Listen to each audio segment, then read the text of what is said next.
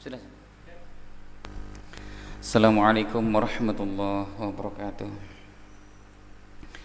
Alhamdulillahi rabbil alamin. Assalatu wassalamu ala asyrafil mursalin Sayyidina maulana Muhammadin wa ala alihi wa sahbihi ajma'in. Rabbi syrah li sadri wa yassir li amri wahlul 'uqdatam min lisani yafqahu qawli. Rabbi zidni ilma warzuqni fahma. Allahumma iftah 'alaina hikmataka wanshur 'alaina rahmataka min khazaini rahmatika ya zal jalal wal ikram. Allahumma rzuqna fahman nabiyyin wa hifzal mursalin wa ilhamal malaikatil muqarrabin birahmatika ya arhamar rahimin. Qala al-muallif rahimahullahu ta'ala wa nafa'ana bihi bi 'ulumihi bikum fid dharain amin ya rabbal alamin. Ila hadratin nabiyil mustafa Muhammadin sallallahu alaihi wasallam ila hadrati muallif kata masyayikh masyari jamaah masyayikhina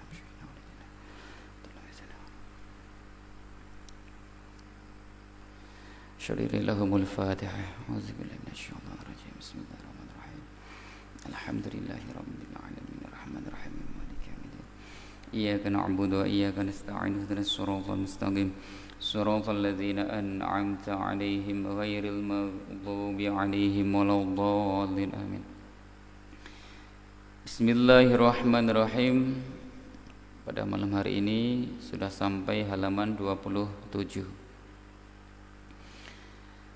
Wassabi'u ayu akhidha nafsahu bil wara' wal ihtiyati fi jami'i sya'nihi. Adab muta'allim, adab para pencari ilmu, adab para santri terhadap dirinya. Yang ketujuh adalah harus menjaga dirinya, harus hati-hati terhadap sesuatu yang haram, harus hati-hati terhadap sesuatu yang syubhat, harus punya sifat wara', menjauhi yang syubhat, terlebih menjauhi yang haram. Ini sifat ini harus dimiliki oleh semua pencari ilmu, karena ada hadis mengatakan malam yatawarra' fi ta'allumihi, barang siapa tidak wara' dalam masa belajarnya, ibtalahu Allahu bi ahadi salasati asya', maka Allah akan mencoba salah satu dari 3 perkara. Imma ayyumitahu fi syababihi, kadangkala Allah memberi cobaan kepada dia akan dimatikan dalam usia muda, na'udzubillah. Au yuqi'ahu fi rasatiq, atau dia akan ditempatkan di tempat yang jauh daripada ulama, yang mana di sana banyak orang-orang yang tidak faham agama, sehingga dia berat untuk menjalankan agamanya, sehingga mereka sibuk dengan dunianya. Ini cobaan juga.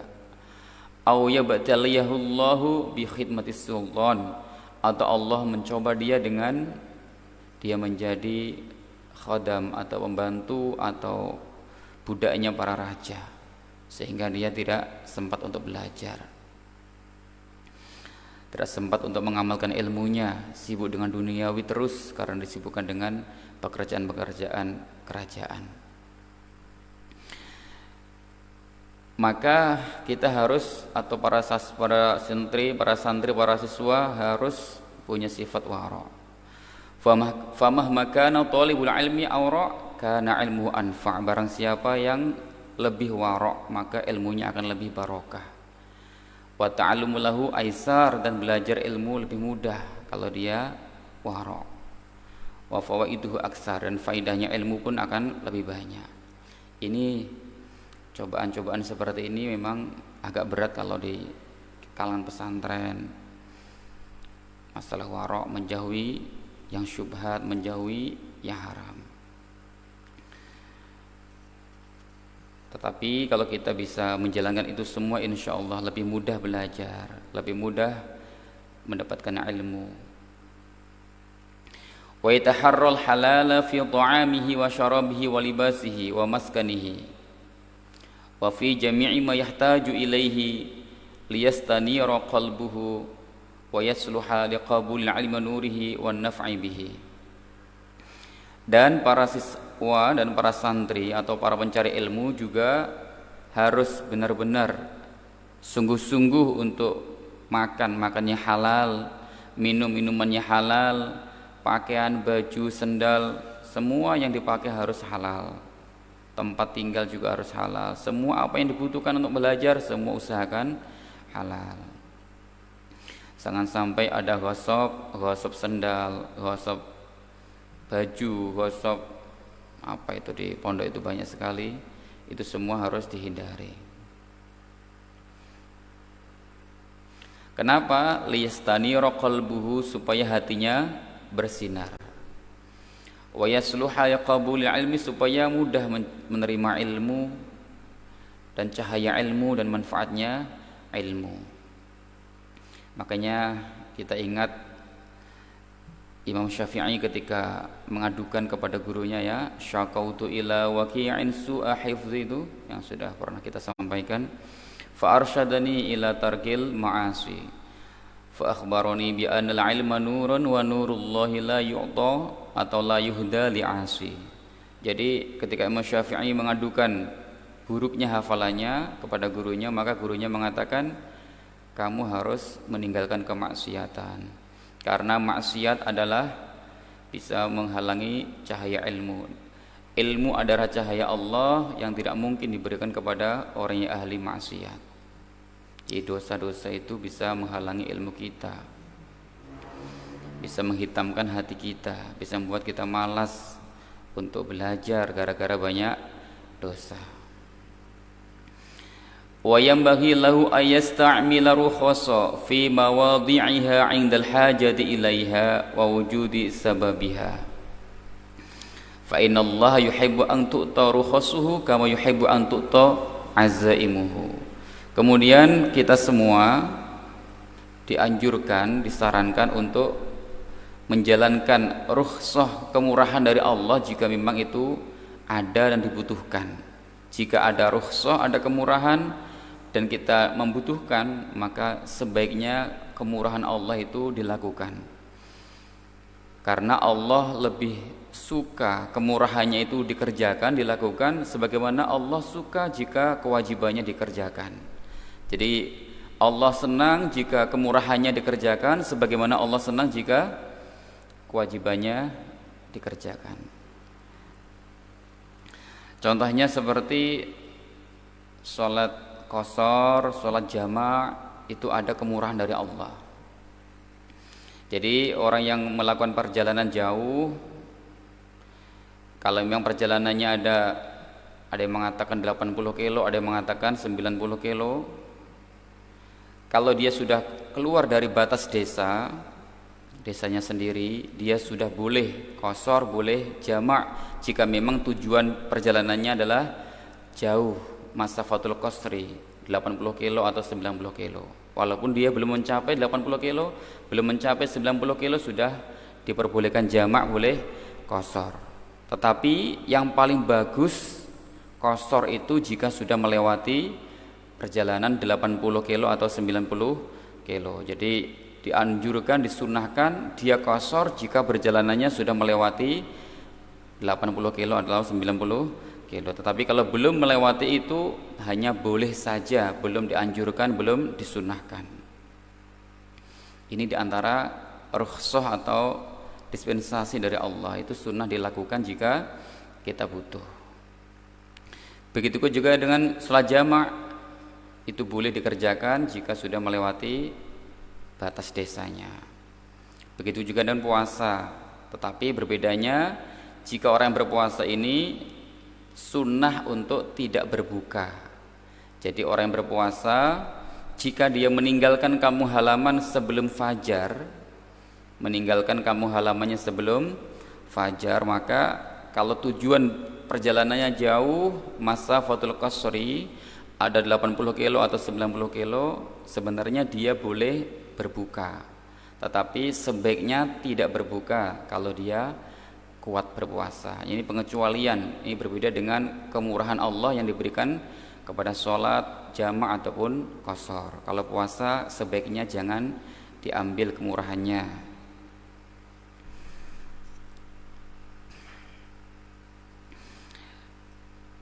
Rasulullah Shallallahu Alaihi Wasallam itu kalau disuruh memilih antara dua perkara, maka Rasulullah selalu memilih yang paling ringan, yang paling mudah. Ma khayyara Rasulullah Shallallahu Alaihi Wasallam baina amrayni illa akhadha aisarahuma ma lam yakun isman. Jika Rasulullah disuruh memilih dua perkara, maka Rasulullah pasti memilih yang paling ringan. Jadi yang paling ringan itu yang dipilih Rasulullah Shallallahu Alaihi Wasallam. Yassiru wala tu'assiru, mudahkan jangan dipersulit. Wasaminu, yang ke-8, ayuqallila isti'malal mata'imi allati hiya min asbabil baladah wa dha'fil hawasi. Jadi yang ke-8, sebaiknya para santri itu menyedikitkan makan makanan yang menyebabkan tumpul kecerdasannya, yang menyebabkan lemah panca inderanya. Jadi makanan juga harus hati-hati, tidak semua yang halal itu bagus dimakan. Kadang-kadang makannya halal tapi menyebabkan tumpul kecerdasan, menyebabkan banyak lupa, itu juga sebaiknya dihindari. Apa contohnya? Katufahil khamidi, seperti buah apel yang masam. Buah apel yang masam itu menyebabkan mudah lupa. Kemudian wal baqilai, dan kacang-kacangan.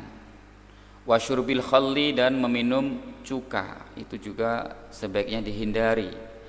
Wa kadzalika ma yuksiru isti'maluhul balgham al-muballidi lidhihni wal muskilil badani.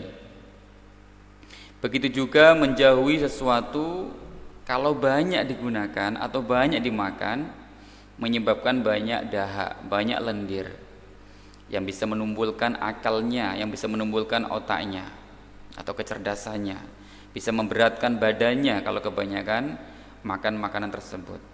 Contohnya apa? Kakasrotil albani, seperti banyaknya minum susu. Minum susu itu bagus untuk kesehatan, tetapi kalau terlalu banyak tidak bagus. Wassamaki, dan ikan laut, ikan air, kalau banyak tidak bagus, kalau sedikit bagus. Wa asbahi dzalika, dan semacam itu, dan lain-lain. Wa yambaghi ayajtaniba ma yurisul an-nisyan, dan sebaiknya juga para pencari ilmu itu menjauhi sesuatu yang menyebabkan lupa. Bil khasiyati, yang khusus, ka'akli asari sauril fa'ri, ka'akli asari sauril fa'ri, seperti memakan bekas makanan yang dimakan oleh tikus. Misalkan ada makanan yang sudah dimakan tikus, itu bekas sisanya sebaiknya jangan dimakan, bisa menyebabkan lupa kalau di sini. Wa qiraati al-wahil kubur, dan membaca tulisan-tulisan yang ada pada batu nisan, tulisan-tulisan yang ada di patok kuburan, itu bisa menyebabkan banyak lupa.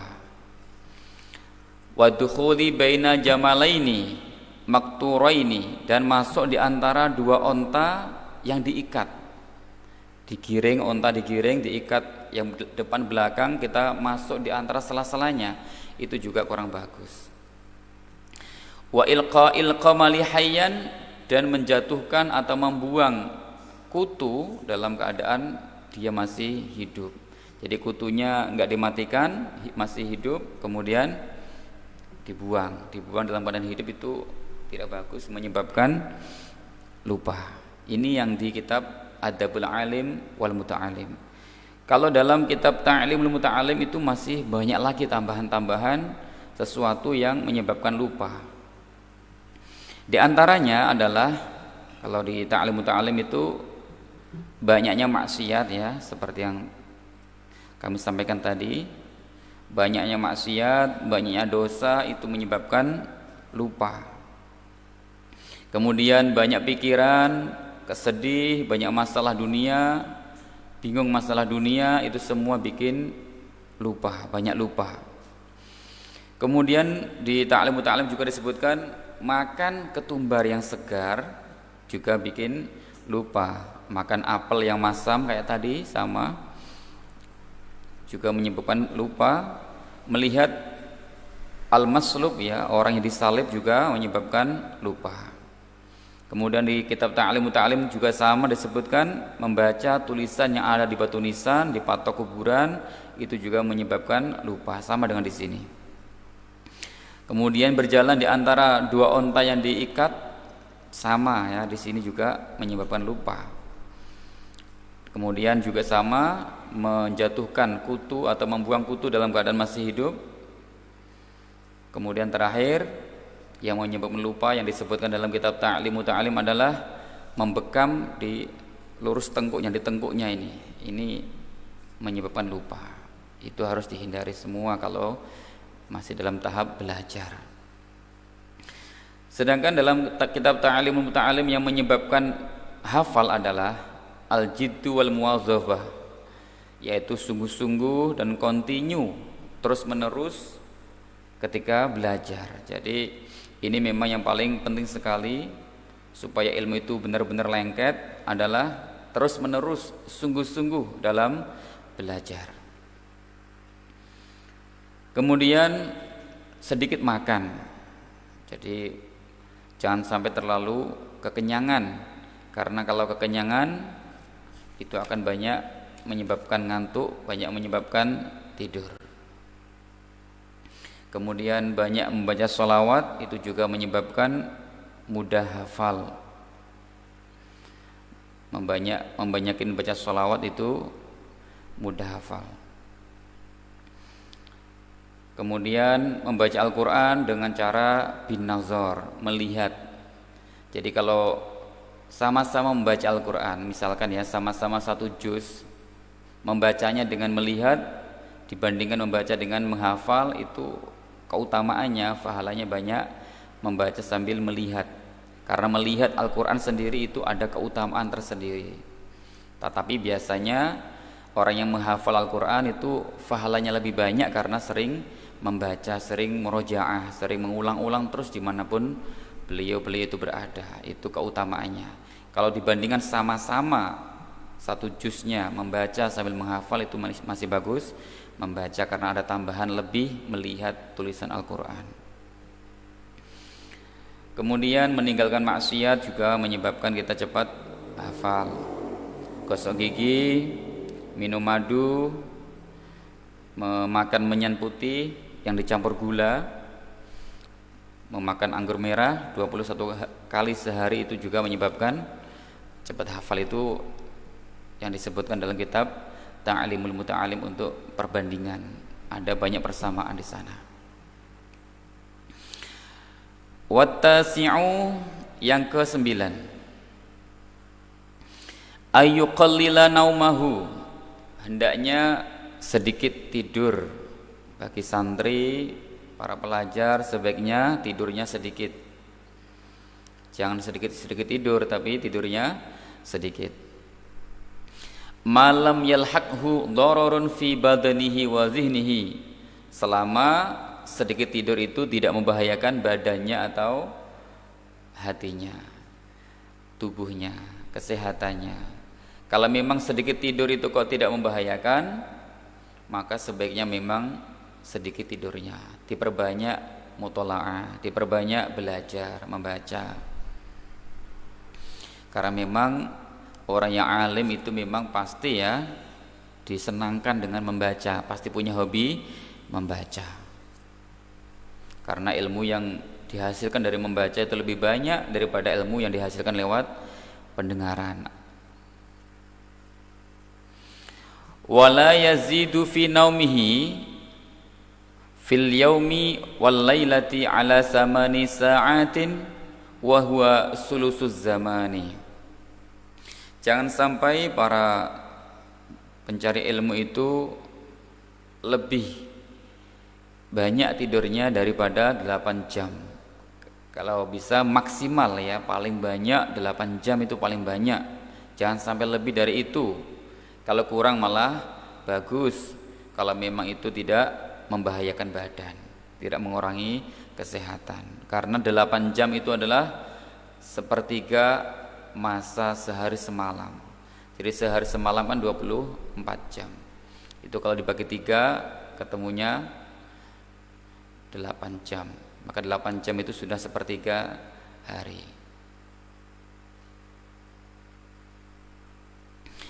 Fa in ihtamala haluhu aqalla minha fa'ala.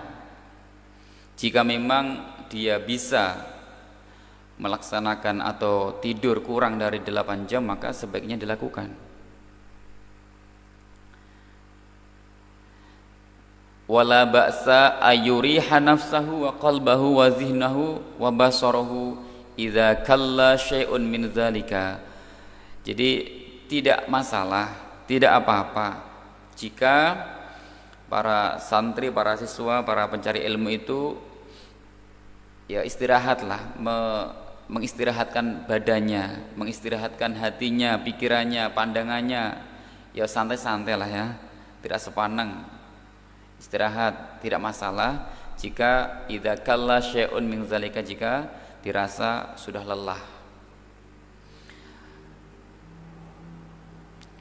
Dia santai-santai, dia mengistirahatkannya dengan bitanazzuhin wa tafarrujin fil mutanazzihat. Dia santai-santai dengan cara wisata, misalkan dengan cara tanazzuh wisata atau jalan-jalan ke gunung-gunung, ke taman-taman misalkan, itu tidak masalah, supaya fresh lagi pikirannya, otaknya lagi fresh, biar enggak terlalu sepaneng. Bihaitsu ya'udu ila halihi wa la yudayyi'u alaihi, sekira itu semua bisa mengembalikan keadaannya lebih baik, tidak terlalu sepaneng. Tapi ingat, kalau di tempat-tempat wisata harus menjaga pandangan, jangan sampai melihat yang tidak boleh dilihat, lawan jenisnya dan sebagainya, para aurat dan sebagainya, itu banyak sekali, harus dijaga pandangannya. Diniatkan kita melihat kekuasaan Allah supaya bisa tafakur di sana, bisa ingat kekuasaan Allah yang luar biasa. Tapi ya hati-hati tadi ya. Wal 'ashiru ayatrukal 'ushrata. Nomor 10, sebaiknya para siswa, para santri adalah meninggalkan pergaulan yang tidak bermanfaat, pergaulan yang membahayakan. Fa inna tarkaha min ahammi ma yanbaghi li talibil ilmi. Karena meninggalkan usyrah tadi, pergaulan yang tidak ada manfaatnya, itu lebih penting sekali untuk dilaksanakan bagi pencari ilmu. Jadi kalau para santri, para pencari ilmu kok banyak teman, terus ngobrol ngalor ngidul, itu banyak waktu yang tersia-sia.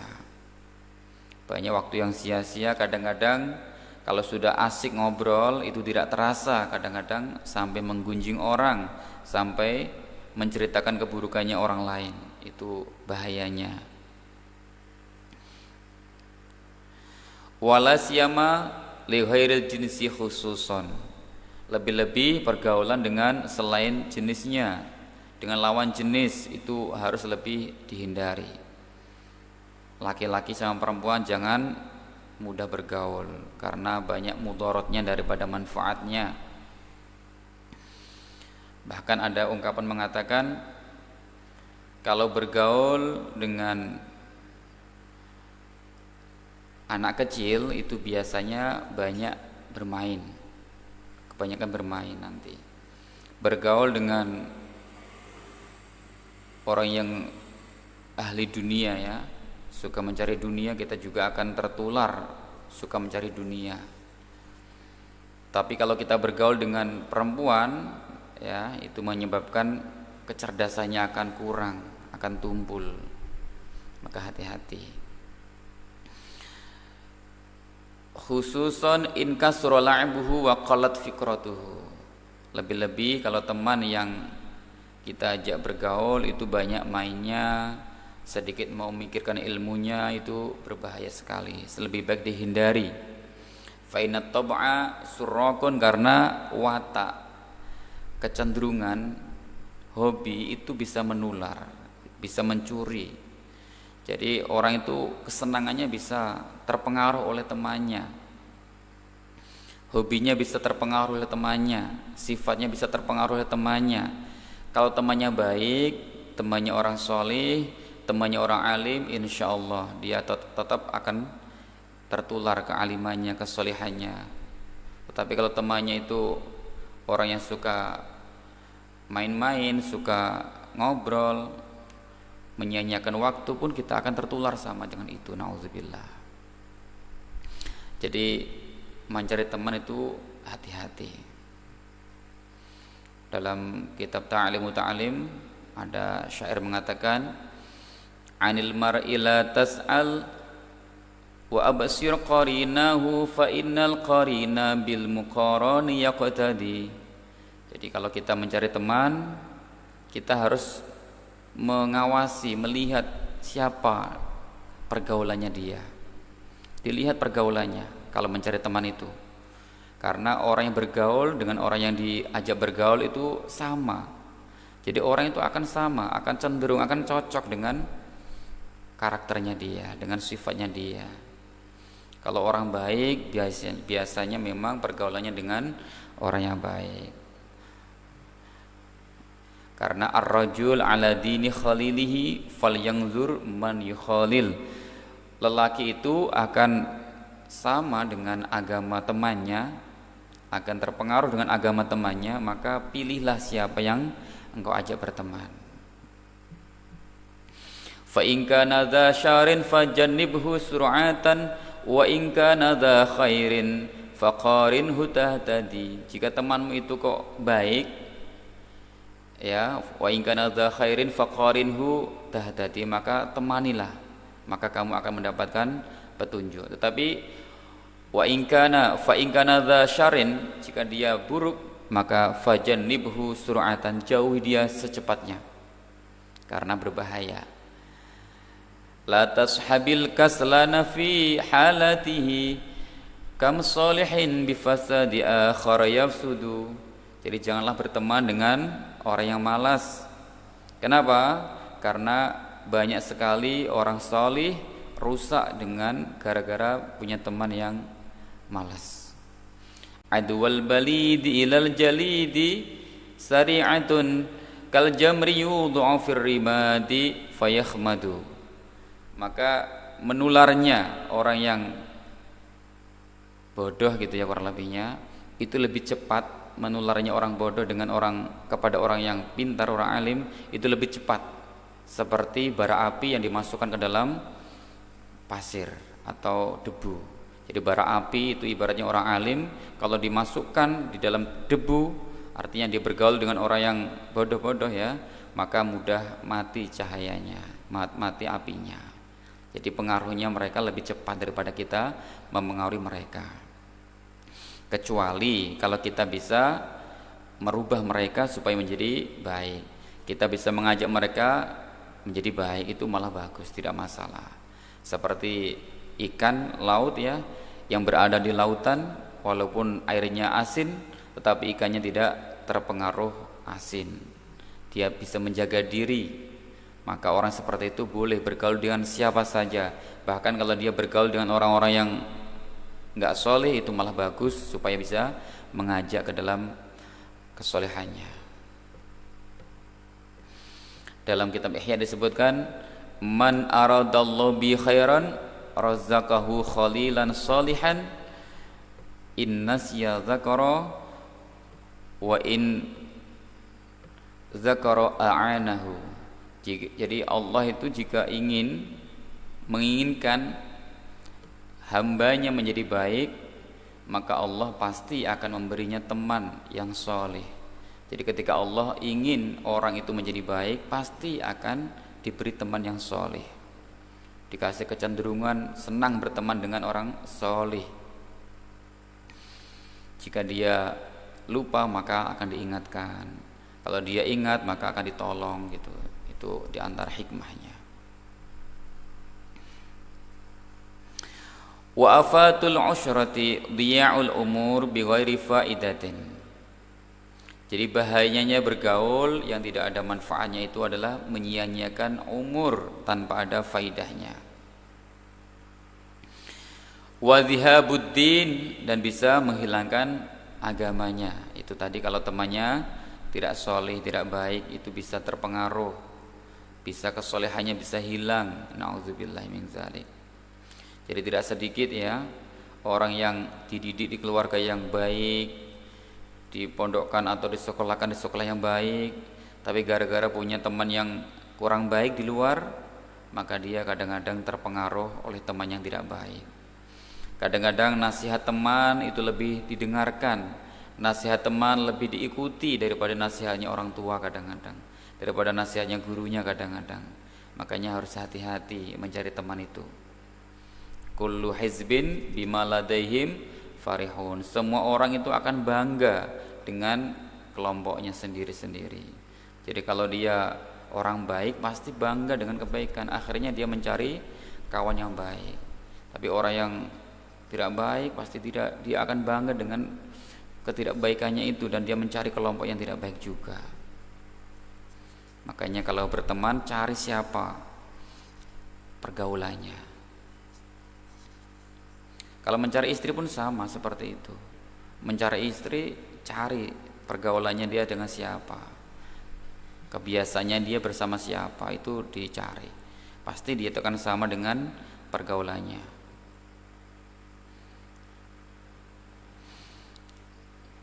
Fa in ihtaja ila man yashabuhu falyakun sahiban salihan dayinan taqiyan wara'an zakiyan kathiral khair qalilal syar hasanal muru'ah qalilal mamarat innasya zakara wa in zakara a'anah.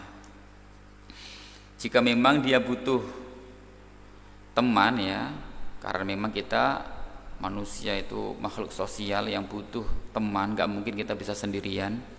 Mau tidak mau kita pasti butuh pergaulan, butuh teman.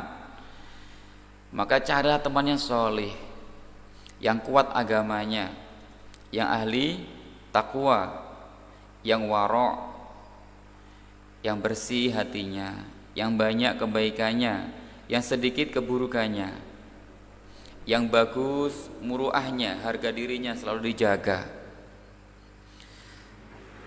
Sedikit dia suka bertengkar, jika dia lupa maka akan diingatkan, jika dia ingat maka akan ditolong. Itu ciri-ciri teman yang baik seperti itu. Teman yang baik kalau dia lupa akan diingatkan. Jadi kalau kita ada kesalahan, ada kekhilafan, pasti akan diingatkan oleh teman kita. Jangan sampai punya teman tidak peduli dengan temannya sudah tersesat dibiarkan. Itu enggak kawan namanya, enggak teman itu. Harus diingatkan, tapi dengan cara halus, dengan cara yang baik, jangan sampai menyinggung. Itu semua adalah cara mencari teman. Mencari teman kalau bisa berteman karena Allah. Karena orang yang berteman karena Allah, itu dalam hadis yang disebutkan, dia akan diberi naungan dikala tidak ada naungan kecuali naungan Allah. Jadi sab'atun yuzilluhumullahu yaumal qiyamati yauma la zilla illa zillu. Ada 7 golongan yang akan diberi naungan di padang mahsyar nanti. Pada hari tidak ada naungan kecuali naungan Allah. Ada 7 golongan. Di antaranya di sana adalah orang yang saling mencintai karena Allah. Dia bertemu karena Allah, berpisah pun karena Allah. Itu yang bagus. Yang ke sisanya adalah imam adil ya, itu kasih naungan di padang mahsyar juga. Pemuda yang ahli ibadah, kemudian lelaki atau perempuan sama ya, yang hatinya dipautkan di masjid, suka ke masjid terus, itu dapat naungan juga di padang mahsyar nanti. Kemudian orang yang sedekah rahasia ya, yang tangan kanan memberi, tangan kiri tidak melihat, ibaratnya begitu. Dia memberi sesuatu tapi tidak ada yang melihat, hanya dia dan Allah saja. Kemudian laki-laki yang rajulun da'athu imratun dzata jamalin wa mansibin faqala ana akhafullah. Laki-laki yang diajak perempuan cantik, perempuan yang punya kekayaan, punya pangkat untuk berzina, tapi dia menolak. Dia bilang ana akhafullah, saya takut kepada Allah. Diajak pacaran lah kurang lebihnya, tapi dia nggak mau karena takut kepada Allah. Itu juga dikasih naungan di padang mahsyar nanti. Kemudian warajulun zakarallahu khalian fafadat ainah. Orang laki-laki yang bisa menangis di tempat sepi karena Allah, karena takut siksa Allah, itu semua juga diberi naungan di padang mahsyar. Itu diantara manfaat punya teman yang baik. Al-babus salisu, bab yang ketiga. Bab ketiga ini nanti menerangkan tentang muta'alim, para siswa, para santri bersama dengan gurunya. Di sini nanti akan ada 12 macam adab yang akan kita bahas insyaallah. Wallahu alam bishawab. Mudah-mudahan kita semua bisa mendapatkan ilmu yang bermanfaat. Amin Allahumma amin. Al-Fatihah.